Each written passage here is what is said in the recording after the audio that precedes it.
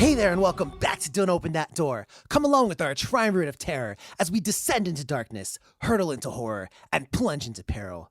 If you regularly use protection, you're in the right place. I'm Justin. I'm not in the right place. I don't know what I expected, but it was better than that, and for that that is my folly. Yeah. I'm Nico, and I'm unfortunately part of the podcast with this motherfucker. Well, I'm Dan, and despite the creepy clown incident of 2010 or whatever, this movie is not about clowns. 2016, 2017, one of those. I think it was 2016. Something like that. Was it 2016? Yeah, I don't remember when that happened exactly. Because that was right before I did my student teaching, so yeah, it was 2016. And we are here today to review It Follows. This one was directed by David Robert Mitchell, starring Micah Moore as Jay, Jake Weary as Hugh, Kerr Gilchrist as Paul, Daniel Zavato as Greg, and Lily Sepp as Kelly. Yo, what is a Gilchrist? Real quick. It's when Christ gets money in Final Fantasy. Well done. Well done. Oh, okay. Or it's like Gilgamesh. Oh, no. But like either way. Jesusified. The movie opens with a young woman running out of her house and driving away into the night.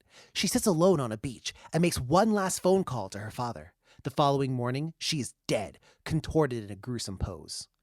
We then change scenes and meet our real protagonist, Jay. She's got a date with a guy that night, and things are going well at first, but it gets weird when her date starts freaking out when he mentions a girl in a yellow dress that Jay just can't see. They end up having sex in a car, classic maneuver, but immediately after, Jay gets chloroformed by her date and she passes out. Dan, what happens next? Well, she awakens later on, strapped to a wheelchair in an abandoned building. Not a good look. Her date explains that there's a demon/monster thing that is haunting him, and that by having sex, he's passed it to her. The creature will relentlessly stalk her until she sleeps with somebody else, or it kills her. And if it kills her, it will come back after him. So, of course, he, encourages her to sleep with someone else. Only those afflicted by the monster's curse can see the creature. Jay sees the creature for herself, and is then unceremoniously dumped back at her house by her date. They call the cops, but, they don't really do shit. Mm-hmm. Well, speaking of not really doing shit, Nico, what happens next? Unfortunately, I do, in fact, too much shit. So, Jay tries going back to school, but she begins to see the creature coming after her in the middle of one of her classes. Her friends, including Greg, Paul, and Kelly, who's also her sister, are supportive but skeptical. So they track down Jay's date from the other night, and he tells Jay that he got it from a one-night stand, and if she wants to get rid of it, she should just sleep with someone else. Jay and her friends then go on a drive out to the country to get some distance from the monster and some time to think. Well, that doesn't really help much, the whole getting out to the country, because the monster still shows up anyways and attacks Jay and her friends. Jay does manage to escape and drive away, but crashes her car and ends up in the hospital. While there, she decides to sleep with Greg to pass the curse along, thinking that, he's Chad enough to find a girl to sleep with. As it turns out, Greg's game is pretty weak, and he doesn't find someone in time and ends up getting killed by the monster. To make matters worse, it's like his mom with her tits out, which is like probably the worst of all the monster's incarnations. And now it's going back after Jay. Nico, I've been through some trauma in that paragraph. I need you to take over for me. Okay. So Jay freaks out and thinks about sleeping with some random dudes on a boat. But ultimately, she decides against it. She and her friends cook up a plot to defeat the creature once and for all at this point. And they go to a pool. And Jay stands dead center in the pool, attempting to lure the creature into the water. Once the creature then gets in, Jay plans to get out, and they'll all throw electrical appliances into the water, shocking it to death. Yep. Well, that doesn't work because the creature just stands outside of the water and starts throwing shit at Jay. Like, he tosses a fucking microwave at her in one point, I'm pretty sure. This movie's sponsored by GE. Yeah, I'm not gonna lie to anyone. I burst out fucking laughing at that scene. But Dan, we need to wrap this one up in more ways than one. How's this end? Well, now the major simp of the movie, Paul, Mm-hmm. grabs a gun and shoots the creature, causing it to fall into the Bro, he water. misses so fucking bad though. Yeah, bro, I feel bad for their friend Yara. Yeah. Bro, he shoots Yara and then they don't give a fuck Yeah, about her. Like They at ignore her. all. And she's just like sitting. Anyways, the monster grabs Jay, but Paul has been listening to Ja Rule. So, he lets his gun talk and shoots I got the 100 monster guns, 100 squarely in the head. clips. Jay escapes, and the pool billows with an eerie amount of blood. The movie ends with Paul finally getting laid and winding up in a relationship with Jay. But the monster might still be alive as something follows behind them. Oh no. The end. I can't stop thinking about how 50 Cent bought out an entire concert's worth of job Yeah. Yeah. just to show up and be like, what's really good? Motherfucker, I own you. Well, with that being said, I'm going to lead off here regarding the sound. Before I watched this movie, Nico told me I would like the soundtrack, and he was pretty spot on. I really dig the soundtrack. It's got some interesting choices for music in a horror movie. There's certain selections that sound kind of chiptune at times, and there were moments that reminded me a bit of Stardew Valley. I was just going to say Stardew Valley too. Yep. And I don't know, that's my major takeaway from the sound. Dan, what do you say? Yeah, I agree. It's very synth driven, but differently than most horror movies that are synth driven. Like Justin said, chiptune, Stardew Valley, E. It was interesting. I don't know that I loved it, but I like that it was different. And I'm probably going to say that a couple more times throughout the episode here. I appreciate that it was different. Absolutely. Nico, what's the soundtrack do for you? I love the sound in this. I think the just orchestration of it all, the way that it gives off a really sort of there's an adjective I want to use to describe this is kind of timeless almost. Like it feels 80s-ish, but not quite. It feels like it could be something a little bit later, but not quite. Definitely not 60s or anything. But like it gives off sort of almost. This is going to sound like a little bit of a contradiction because it is, or an oxymoron almost, but like a mundane etherealness. Like the way that, in particular, one of the themes, I think Jay's theme at the beginning, when she has this really innocent sounding, almost hopeful sort of motifs that play out, when that combines with the more textural pieces, like y'all were saying, the sort of like chiptune, video gamey vibes. I really like it. I'm a big fan. Now, Dan, I want to take it to the looks here. How does this movie look? So I really like the cinematography. I thought there were some really cool shots, especially there's the scene when she's in the wheelchair. The camera is clearly set on the same structure as the wheelchair. So it's probably like arm's length of 5 feet or something in front of her and attached to the same thing that she's like on. So whenever she shakes in the wheelchair, the camera also shakes and she gets pushed around in the wheelchair and it follows her and everything. It's really cool. And there's a lot of really cool stuff that they do. I believe most of the film was shot on wide angle lens, so it makes the film feel really expansive, which I thought was neat. Similar to how I said in the music, sometimes those shots I didn't really like. I think overall I liked most of them, but sometimes I didn't. But even when I didn't really like it, I appreciated how different it was. For sure. Nico, what do you got to say about the way it looks?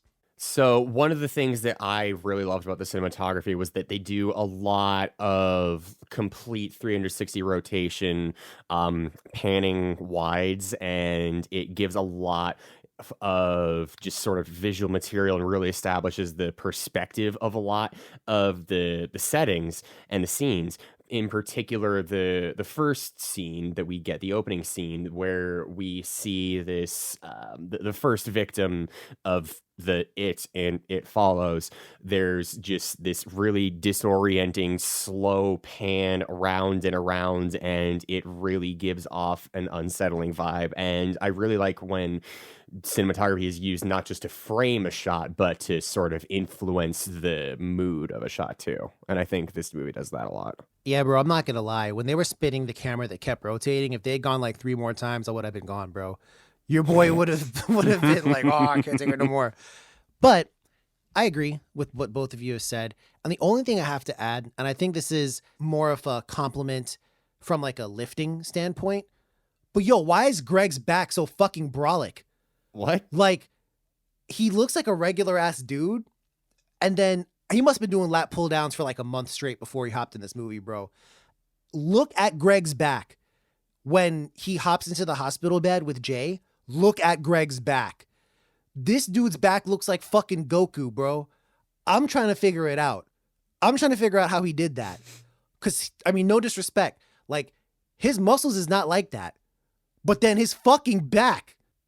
No one saw that? Because he's carrying the weight of the film on his back. He bro. might be. He might I fucking don't be. know. I don't know. I don't know. I did like his That's character. all I gotta say there. I will say, like, I think it was a nice sort of twist on the like ignorant jock sort of thing. Like, he wasn't like super caustic or anything. Like, he's a little disingenuous after he sleeps with Jay, and he's like, nah, nothing's gonna happen. I don't think, I'm sure she saw something, but it wasn't what y'all were describing, and then like immediately gets offed. Right. So I don't know. I liked him. Well, let's dive into it, shall we? Let's dive into the film for real.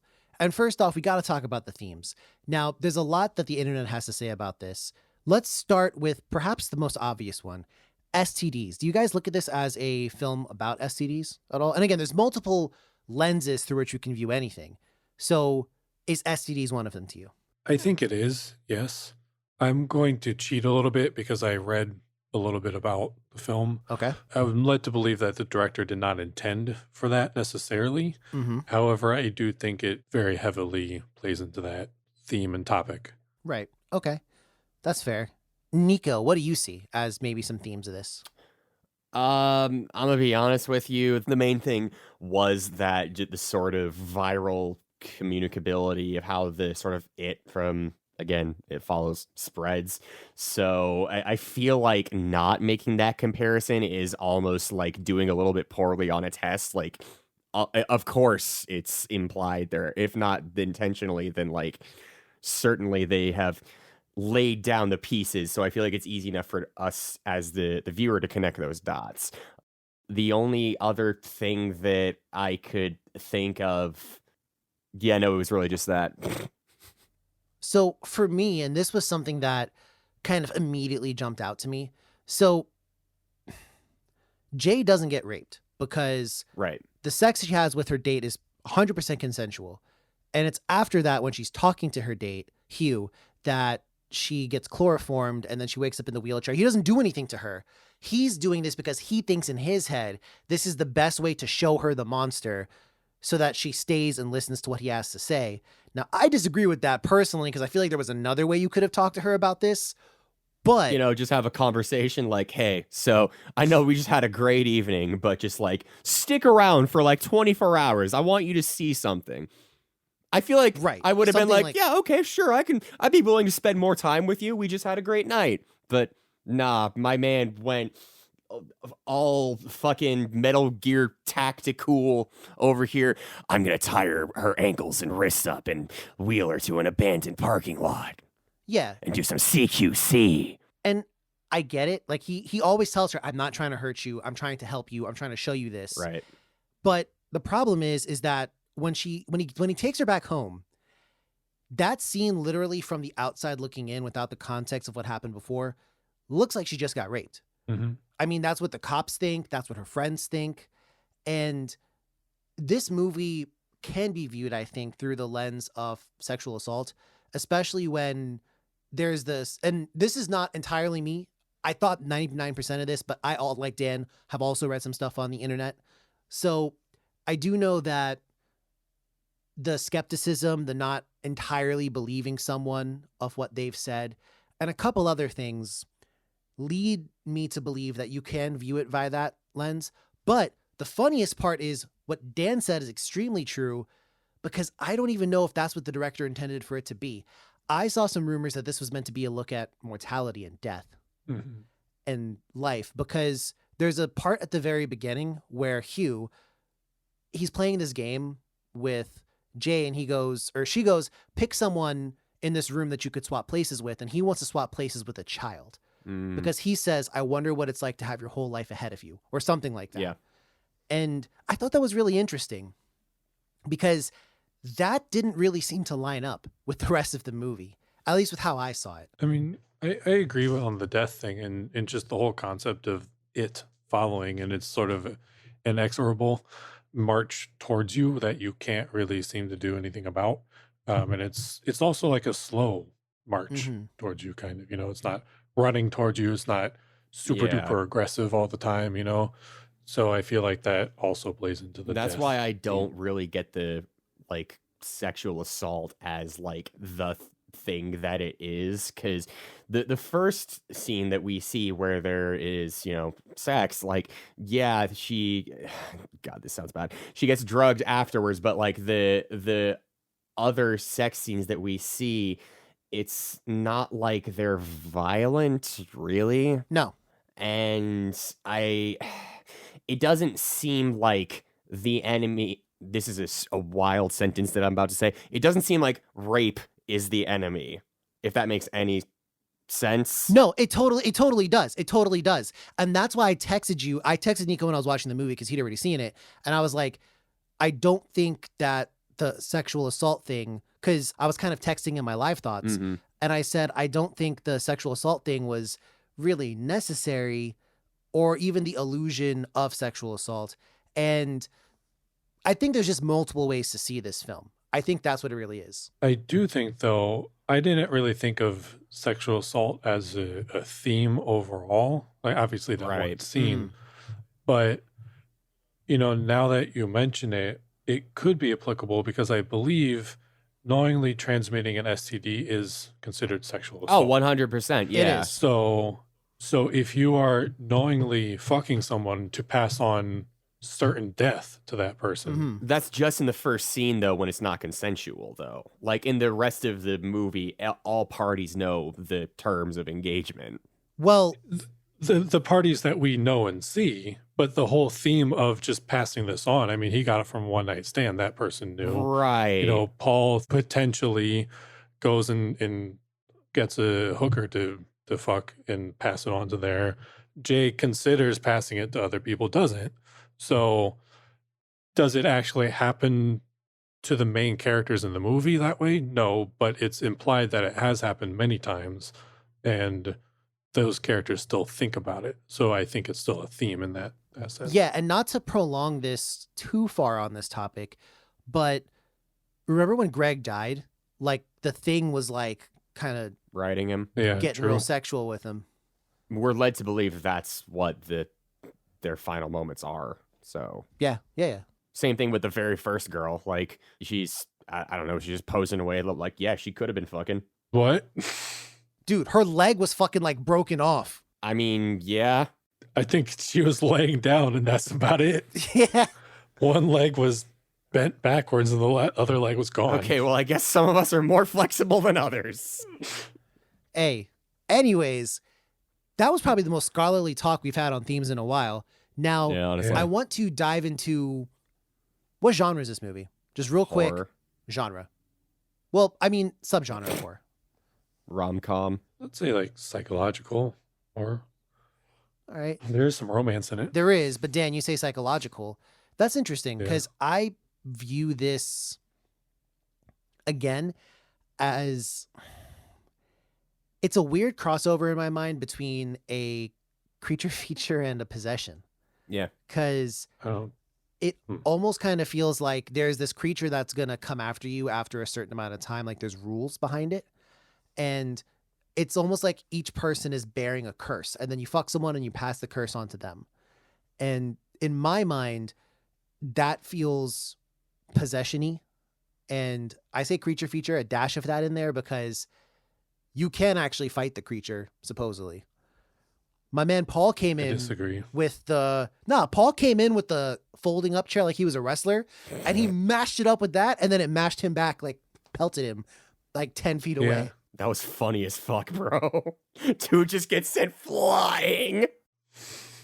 I don't know. I mean, you can't seem to do anything against it realistically. Yeah, that is true. What do you Like, mean? So Because they injure it, they make it bleed. I never believed that was permanent. I never ever believed that was permanent. no, bro, they shoot the thing and then it gets up literally 1 second later.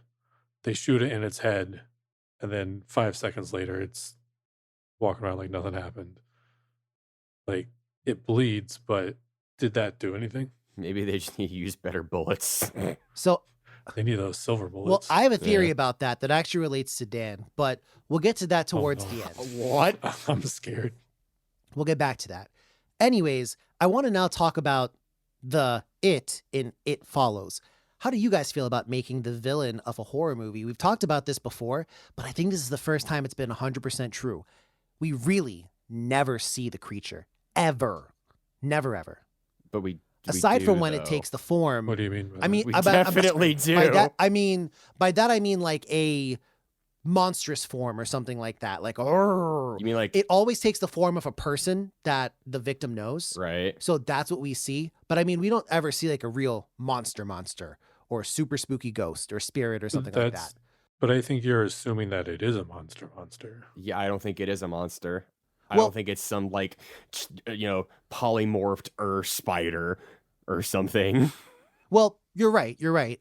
And I think maybe what I should say is, how do you feel about this creature that takes multiple forms? Doesn't seem to have a real form, air quotes. It just takes the form of someone maybe close to you, anything to get closer to you. How'd you feel about that?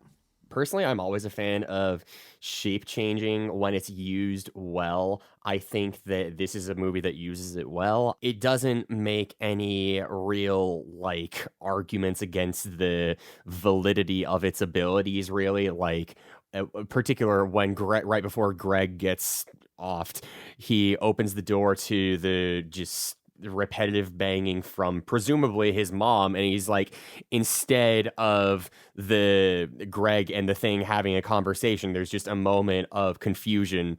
Like there isn't kind of like in Talk to Me, when the demon was kind of almost trying to convince what's her name that it actually was her mother. Like, it doesn't try beyond the visuals and its resemblance to make you think that it's actually the people that it is. And honestly, I appreciated that. I feel like it would have been a weaker villain if it had actually spoken. Okay, that's interesting. I think that the fact that it doesn't speak, the fact that it walks, and a couple other things. Now, there is clearly an air of mystery still behind it, but I was screaming the whole movie for someone to throw fucking paint on it. Yeah. And then at the very end, they put a blanket over it, and you can see the creature. Yeah. Yeah, that was like the smartest thing in the movie. Yeah, it was. And I don't know. I feel like there's ways. There's ways around this. I would have maybe tried some different tactics, which we might talk about in the What Would You Do? But I don't know. It is a cool idea and a cool concept. I just feel like it can be defeated, and there's a lot of wiggle room to work in with here. But Dan, I want to ask you real quick. There's some timeline stuff going on here, right? I want to talk to you about that. When does this movie take place? So it's I'm trying very hard not to use the word ambiguous, Okay. but Indeterminate. yes, I'm going to say contradictory Okay. time frame, because there are certain things throughout the movie that place it in a certain decade at least, right? You can look at like the TV and the home decor and say, oh, this is probably from the 60s. Or you can look at some of the cars and say this may be from the 80s, or takes place in the 80s. But then character has a cell phone, and one character has like her makeup thing is like a Kindle, basically. Yes. And it's like, okay, well, that's like today. And the characters, the way they talk and the way they dress and everything are all over the place. So I hesitate to use the word ambiguous or timeless or anything like that, because that to me implies, oh, the decor in this house doesn't look like a certain time. Right. That's not true. It does look like a certain time. And then the movie constantly contradicts the setting that it places itself in. So I don't know if that makes any sense, but I didn't like that. I know it was done personally or Personally. To purposely. fuck you over. Personally. It was personally done. It was done purposely, but I didn't like it because I couldn't get a sense of grounding. And I know it was done to make it seem like a dream, but I don't think this is a very dreamlike movie. So I think that trying to make it seem like a dream is incongruous with the theme and the plot and everything that like happens in the movie to me. It was meant to be a dream? No. Well, no, it wasn't meant to be a dream. It was meant to be dreamlike, seem like a dream. Oh, I didn't catch the dreamlike qualities myself, but okay. Well, Nico, Dan might have been referring to our DOTD word of the day, anachronistic qualities of items that might have been found throughout the house. But what do you think about the time frame? I was a fan of it. I think that it sort of added to the general sort of, I'm going to use this term again, this almost like mundane etherealness, this like, you're getting a lot of vibes from different eras, and I think that is, again, sort of like purposeful and intentional. And for me, it worked, I feel like, just because I don't know, like, I completely understand what you're saying, Dan, and it makes perfect sense that it's incongruous for you. I think this is just one of the things that I can't explain. It just worked in whatever way. My brain just clicked with that. Yeah. And I guess part of it is I like, in movies, especially in horror, you have to suspend your disbelief and all. But like, I mean, there were so many times where I was just like, just call their cell phone. Yeah. Because other characters have cell phones. Also, their parents are like non-present. Right. Mm-hmm. And there's just so many times where I'm like, well, this movie already showed that this exists. So why don't you just do that? But these characters don't have that because for literally no reason. And like that cognitive dissonance to me just didn't work. Yeah. I get that. And I do have a question. This is going to seem juvenile, not the rapper. And what about lesbians, Dan? You said you had the answer to this. What? Because this movie is quite heteronormative, second vocab word for the day, in all the relationships. So if a girl's into girls and she sleeps with a girl, is it simply like the sex just generally? Is there something penetrative about it? Do condoms matter? You said you had some answers on this. Shed some light. Yeah, so apparently in an interview, the director has said that same-sex relations and condoms doesn't matter. Good. And it will still come after Good. you. As it should. And what a and lame that- fucking villain that would have been, bro. I can't come after you if you've wrapped it up, Kurds. That's what I was thinking about. That's where I side. But see, the thing is, it would still go after somebody, right? Yeah, just real waspy folk, I guess. I guess, I don't know. But it can also supposedly, and I think this is kind of lame, but it can supposedly get on a plane. I don't know about You that. can travel. I don't know about that. That's what the director has said. Well, But I think that's one of the problems that I have with this movie too, is about it, and kind of going back a moment. I keep trying to figure out what the rules are Right. for like it. And there's no clear rules, or it seems to like eschew a lot of rules. And like like at first I thought it was just always going to walk towards the person in a straight line. right. But that's not that's the case most of the time, but then there's other times where that's not the case. And then there's the time where the fucking naked dude is standing on the roof, just staring. He's Yeah, that not was walking weird. towards her. Right. He's not trying to get her. He's just staring. Also, why was that one like little ghost apparition thing? Like, why did it have to be pissing? Yeah, right. Yep. And like the whole thing is it touching you, apparently. Like he was like, don't let it touch you, and like that's a big thing. But then at the end when she's in the pool, it's just like throwing shit at her. Right. But like why isn't it getting in the pool to go get her? Because if the thing is, I just want to kill somebody, why does it always have to like touch you? Like there's a million things that it could do easier to kill you. So like there was just a lot of stuff that just didn't make sense to me, I guess. I mean, I'm grateful this thing isn't like Jigsaw coming up with these traps to fucking Yeah, get right. you. But I do agree with that, especially the plane thing. How have we not reviewed any of the Saw movies? You want to play a game? No. I mean, I don't. No, I don't. Moving on. I have a funny story about that, but I'll save that for when we do review Saw. Anyways, Fair. I think that I agree with you, Dan. The plane thing really strikes me wrong because one of the things you could do is drive away a little Could bit. it get an Uber? That's what I was going to say. Can it just hail an Uber at this point? But is there an Uber in this world? We don't know. Taxi at least. We don't know what year it is. Flag down a taxi cab. Anyhow, that pool scene kind of hit me the wrong way. Only because if this thing has enough IQ to start pelting you with electronics because it rationalizes that the electronics can hurt you or something, I don't know. If it can use objects, it should use a lot more. A lot more. So I agree with that, Dan. I agree with that. Now, real quick, yes or no from the pod. Are Jay and Paul still being followed? Yes or no? Or I'm going to say no, and it's again for cheating. Okay. I also say no, but why do you say no? I say no because one, I like to think that Paul hired the hooker. I and think passed on he to did.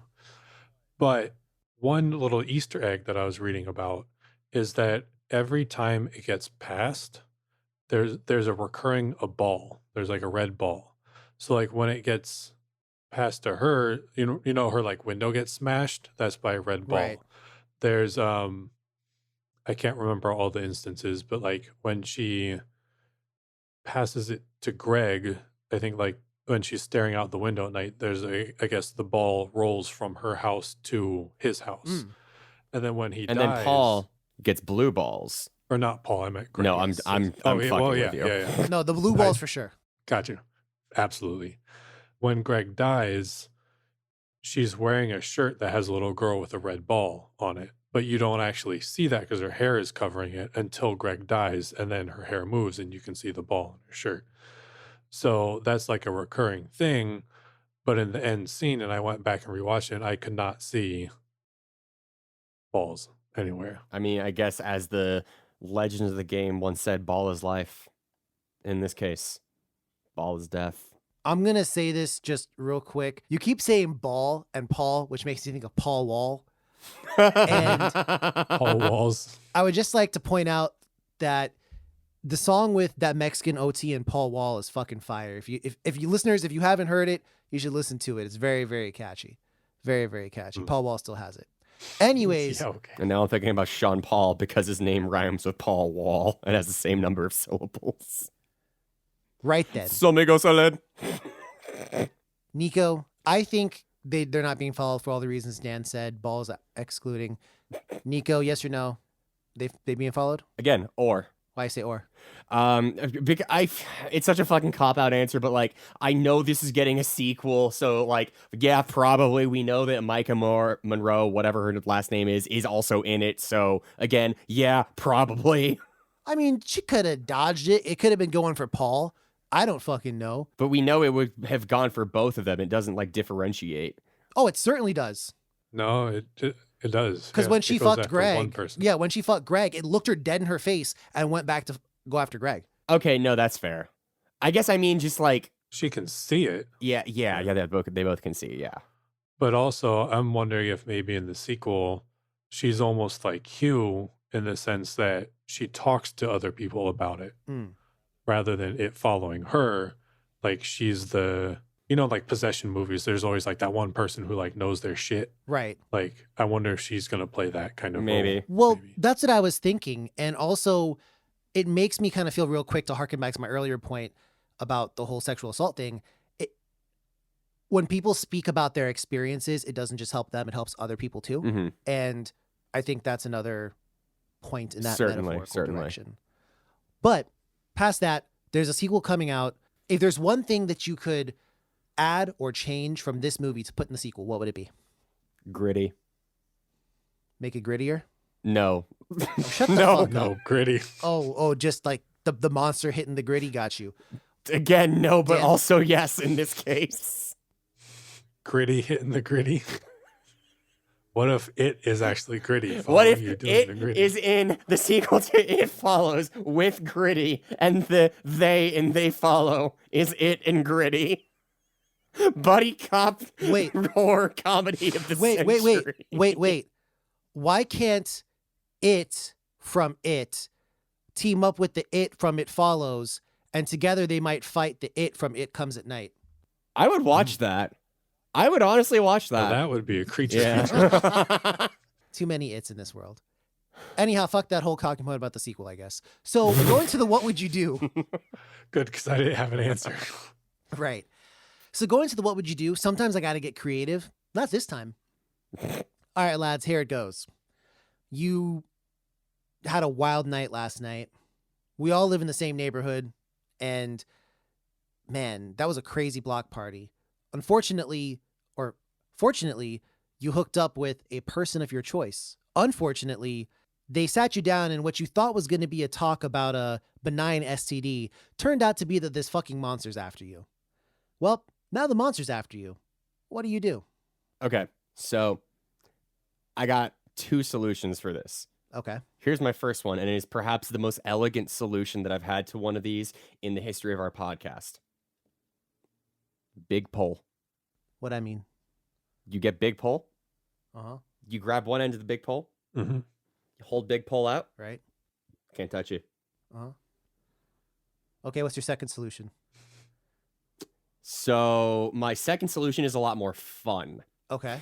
My second solution is that we're just gonna enter our slut era, and we're gonna start fucking everybody, so that need to have sex everybody with one can person. see it.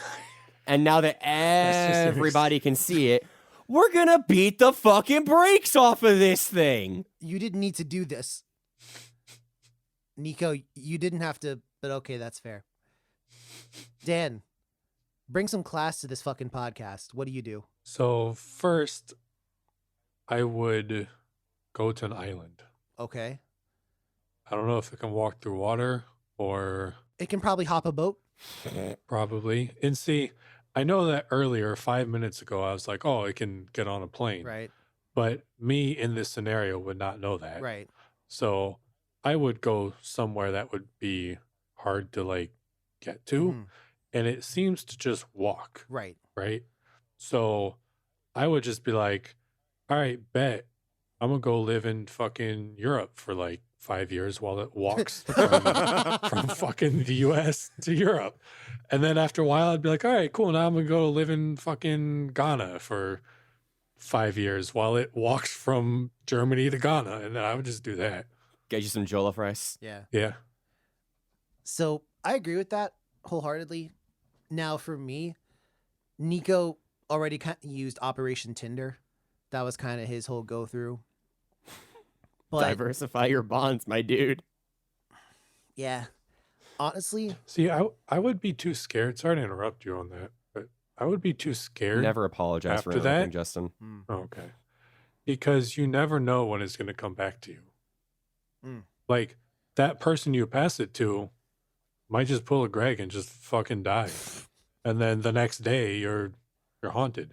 And if you're not expecting it, you're fucked. So I feel like I would never be able to let my guard down. Actually, when you're fucked, you are expecting it. Well, Mm. I guess that's, yeah, true. yeah. Sorry, Justin. Well, no, Continue. I mean, for me personally, I would just try and sleep with someone that was international. Mm.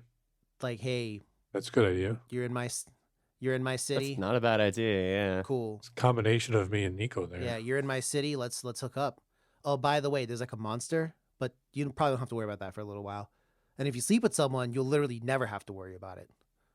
So I feel like this is a condition that is defeatable so long as you sleep with the appropriate peeps. I also have to say really quick, we've mentioned like throwing paint on it or like they toss the blanket on it. Yo, I feel like if you like did both of those, like throw paint and then a blanket and then like tied this motherfucker up, what the fuck is it gonna do? True. Well, that's why I said, like, what if you did that and then cast it in concrete and pelted it into the ocean? Did you say that? Definitely Well, did. I was going to, I missed that. but what I'm saying is I think it's supernatural, so it's gonna break free or something. I don't know. Yeah. I also think that fucking Paul played Resident Evil Revelations 2. No, I was Just gonna point say at it. that. Just No, I point- was gonna say just that. point at it. Okay, wait. What? Dan and I What? played this game, Resident Evil Revelations 2. In the game, there's an invisible fucking monster that one of the characters can't see, but if you play 2-player, the second player plays this little girl called Moira, and Moira. she can see. No, it was Natalia. Sorry, it was Natalia. Oh, yeah. And Natalia can see, the second player can see the monster's weak points, but the first player can't. So Dan and I'd be fucking like 1 a.m, shoot up. No, shoot to the left. And I would fucking waste like all my ammo killing like one fucking bug. So yeah, shout outs to Resident Evil Revelations 2 for that fucking nightmare. Anyways, we really got to close this one out here. Rotten Tomatoes, what do you guys think it has from the critics? Great. Yeah, I know people love this. I feel like it's really goddamn high. Numbers. I'm going to give it a 90. I'm I'm not going to. I'm going to Yes, you predict. okay. Yeah. I'm gonna go same ballpark, so like the 90s, but instead of the one end of the echelon, the other, I'm gonna go smack dab in the middle and say 95. It's got a 95. Nice. The audience was not so generous with a 66. Mm. But real quick, I think we've talked a lot about this movie. Just what's your score? Maybe 1 or 2 sentences. I'm going to give this one a 70. I did enjoy the movie overall. I know I ranted about a lot of things that I still think are true, but I also do really appreciate the soundtrack, the cinematography. I just really like a lot of parts of this film. So overall, 75 for me. All right. I'm going to follow pretty closely behind and say 73 for me. I thought it was enjoyable. I thought there were original parts. Wasn't very scary to me. Wasn't what I think a lot of people hyped it up to be, but still an enjoyable movie. I am going to give this a.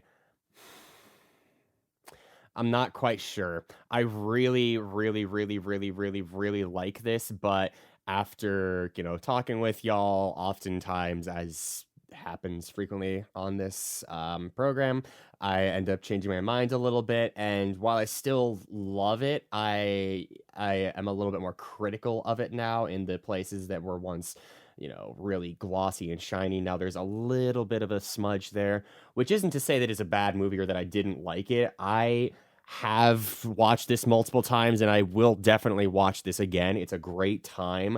I think the pacing is fantastic. It doesn't feel like an hour 40. It really just goes by. The characters are interesting, definitely flawed, definitely a little bit like they've got some growing to do. I'm going to give this an 89. My hesitation was between whether or not I was going to break into the 90s or not. And I feel like when you get into that particular percentile, like it's got to be like goddamn near perfect. And this is really high in my personal like pantheon of things that we've done here, but it's not quite at the highest echelon. Fair enough. So, recommendation from the pod? Definitely. Yeah. Yeah. And this movie does, in fact, break a rather long streak, listeners, of films getting horrible scores from us and not getting recommendations. Oh my God. This was a fucking treat to watch compared to the waterfall of dog shit we've been dealing with up to this point. Hey, I liked some of those movies for the record. Anyhow, it's a recommendation from the pod. Is it going to get the golden seal of approval? Not for me. It's real close, but no, not for me. Agreed. Not for me either. So, just one last question. Given that it is technically, I guess, an independent film, diamond in the rough or no? I would say so. I think so. I think the idea of the plot was sound, and again, the sound and the cinematography, I think, put it there for me, yeah. Probably the lowest score I would give to one of these, but yes, I agree. Cool. So, Been a while since we had one of those. does the diamond in the rough sound? So yeah, there you go. If you want to tell us your thoughts Bro, I'm on the gonna movie, compile all of your sounds, and it'll be the length of a regular episode.